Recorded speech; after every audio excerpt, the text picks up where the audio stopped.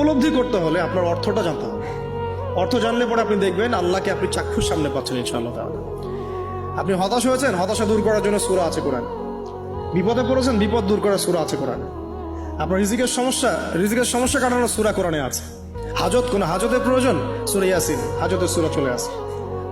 অসুস্থ হয়েছেন, শেফার সূরা কোরআনে আছে। বা কাউকে জিন টোনা করা হয়েছে, বানটোনা করা হয়েছে, ওর শেফাও কোরআনে আছে। এমন কোনো বিষয় নাই যেটা আল্লাহ রাব্বুল আলামিন কোরআনের মধ্যে নাজিল করেন নাই। ব্যবসা করতে চান, কোরআন কথা বলবে, ঠিক আছে? আপনি সামাজিক বিষয়ে ডিল করতে চান, সূরা হুজুরাত কথা বলবে। আপনি ইতিহাস ভালোবাসেন, কোরআনে ইতিহাস দিয়ে ভর্তি করা আছে। আপনি কাব্য ভালোবাসেন, কবিতা পড়তে ভালোবাসেন, কোরআনের মধ্যে কবিতা দিয়েও ভর্তি আছে। আর রহমান আল্লামাল কোরআন খালাকাল ইনসান, এখানে ছন্দ আছে না? প্রত্যেকটা ছন্দ। ওয়ান নাজমি ইযা হাওয়া মা দাল্লা সাহিবুকুম ওয়া মা গাওয়া ওয়া মা ইয়ানতিকু আনিল হাওয়া, ছন্দ আছে না? আপনি উপন্যাস ভালোবাসেন, কোরআনে অনেক উপন্যাস আছে। যা চান তাই পাবেন কোরআনে।